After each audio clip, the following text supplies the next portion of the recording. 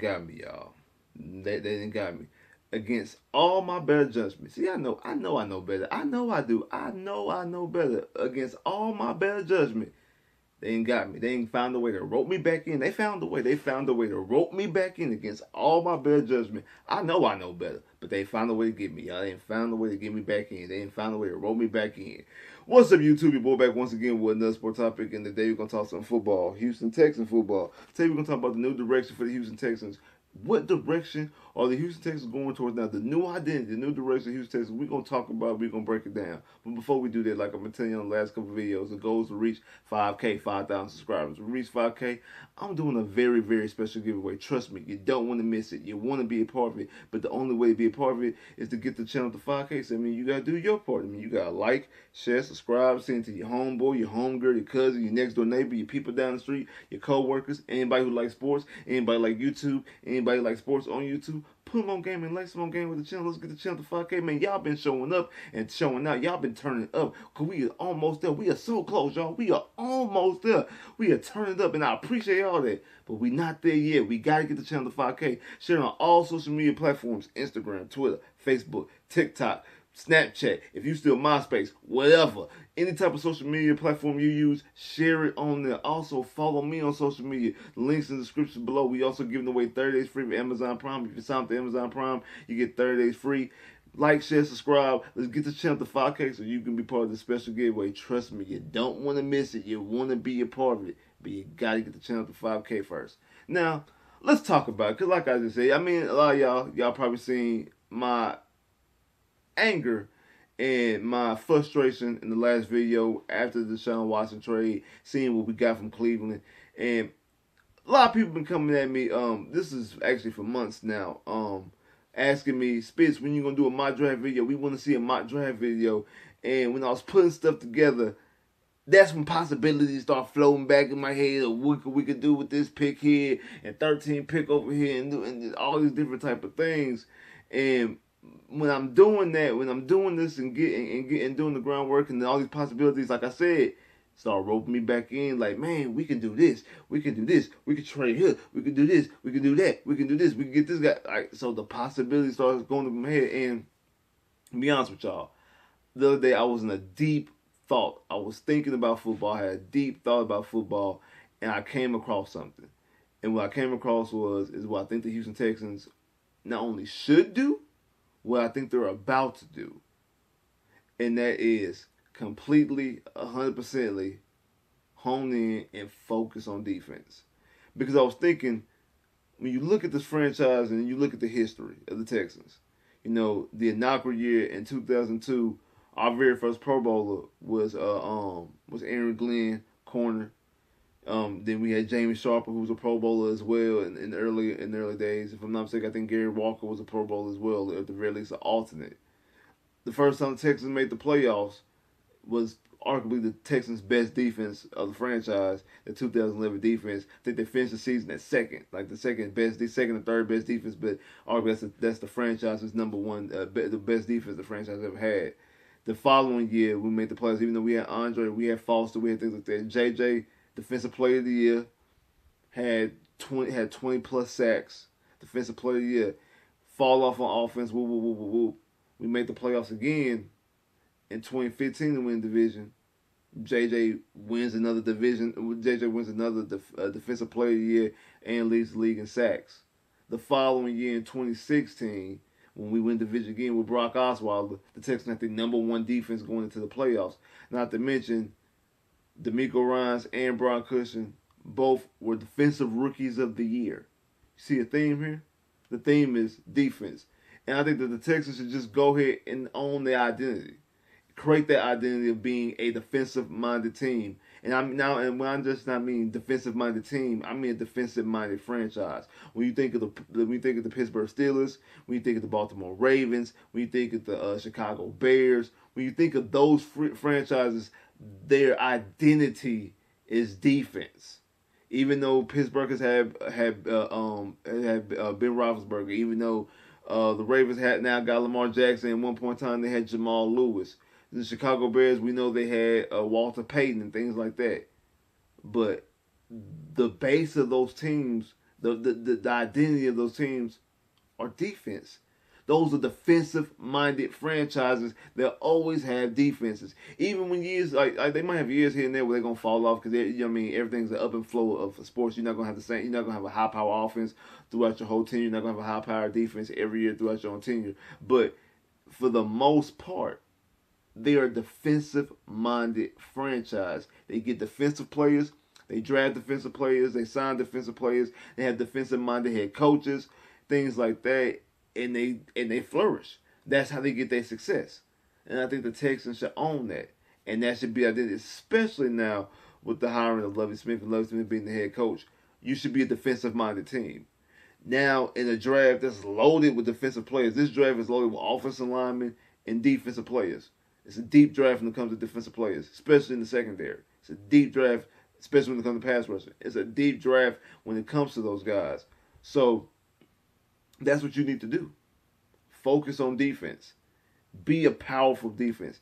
Be an in-your-face, smash-mouth defensive team. It's just a team that, like I said, that smother teams. Just a smothering defense, suffocating defense. Don't allow teams to have no breathing room. Don't allow no teams to get any points. That type of defense. That when they know when they come to NRG, they going to have a battle on their hands because they're not going to be able to move the ball against that defense. That's the type of mindset that the Texans needs to have going forward from the franchise standpoint. No more of this patty cake softness. No more of that. Be a hard-nosed, defensive-minded team and basically just dominate. Just dominate. I was asking and calling for that offensively in the last regime, saying that look at Kansas City. They don't dictate to what another team does.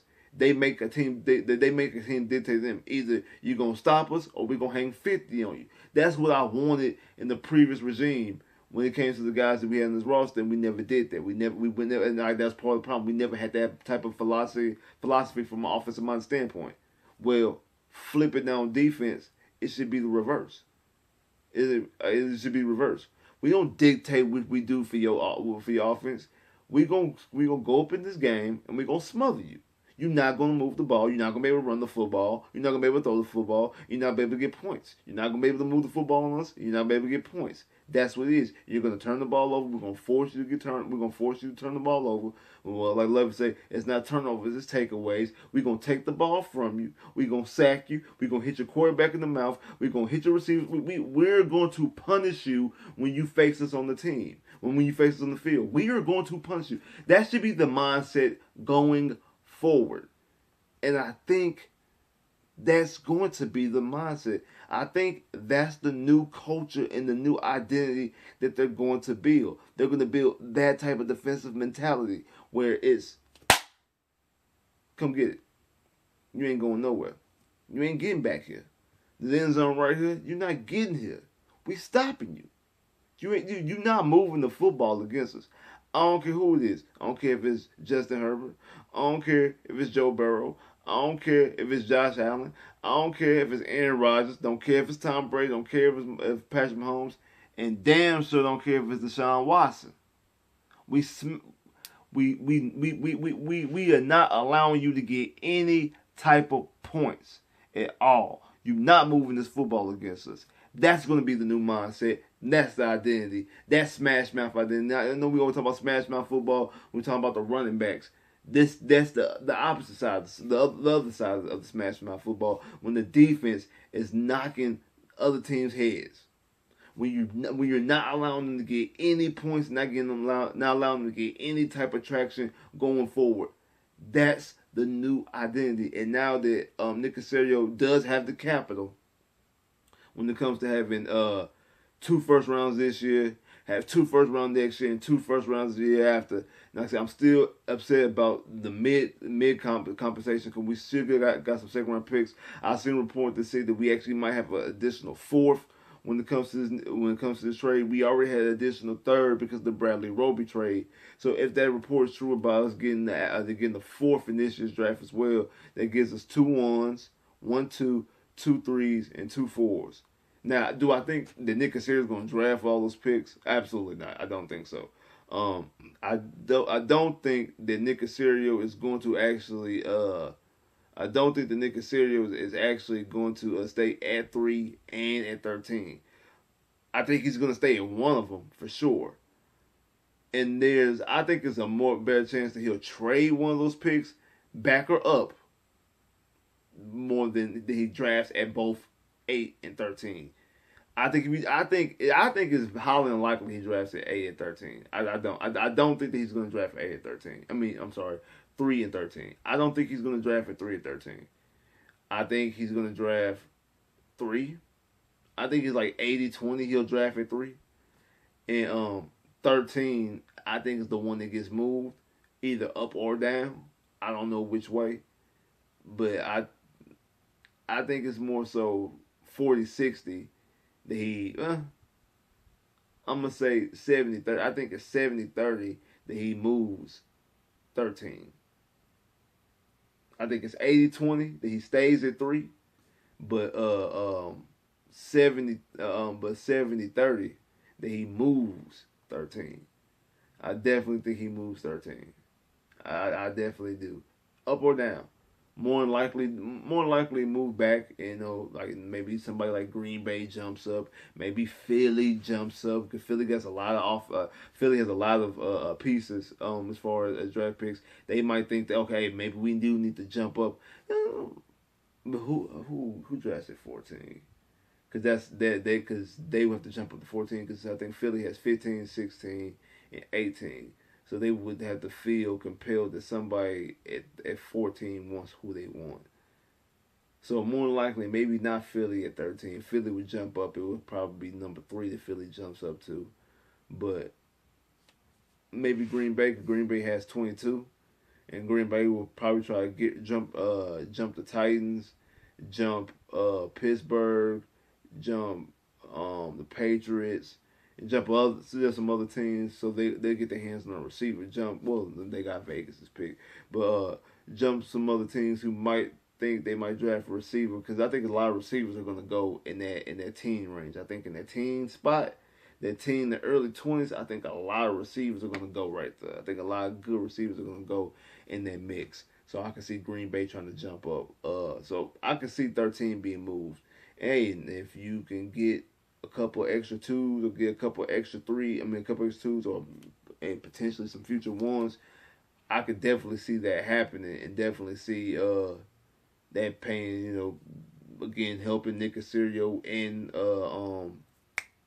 Lovie Smith build through this defense. But like I say, I want them to sign some offensive player via free agency. They really didn't do that. But I damn sure been saying this for the longest, to go through the draft to get your defense.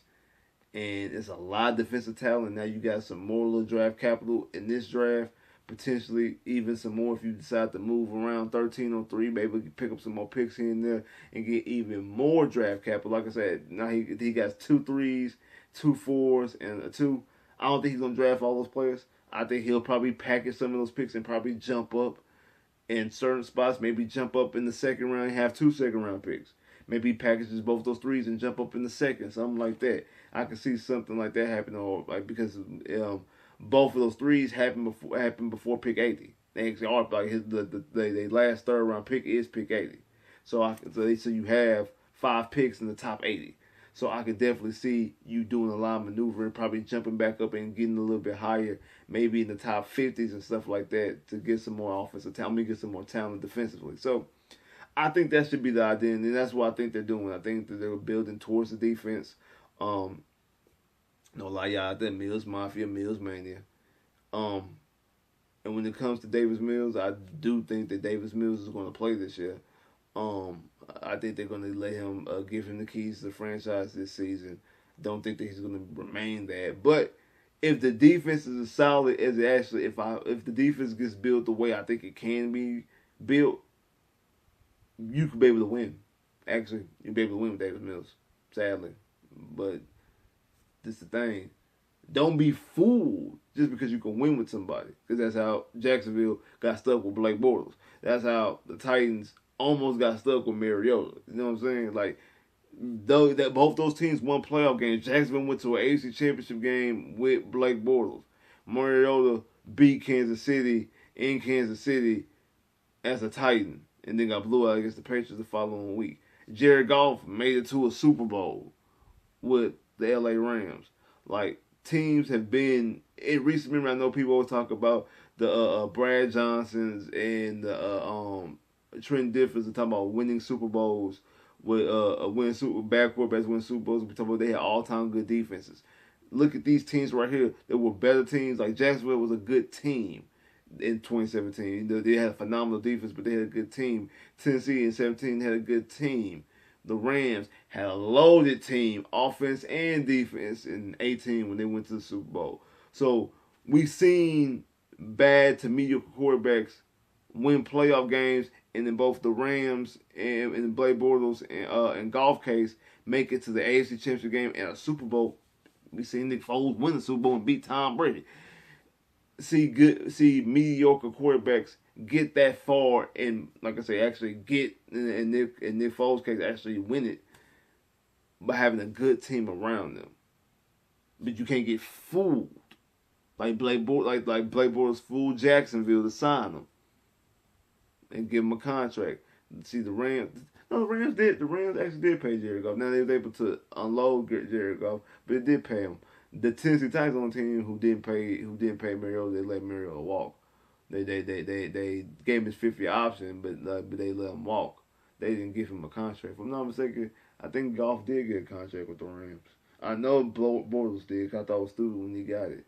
And Nick Foles got a contract with the Eagles, but I guess it's different because he actually won the Super Bowl. So I guess you feel a little bit differently when it comes to that.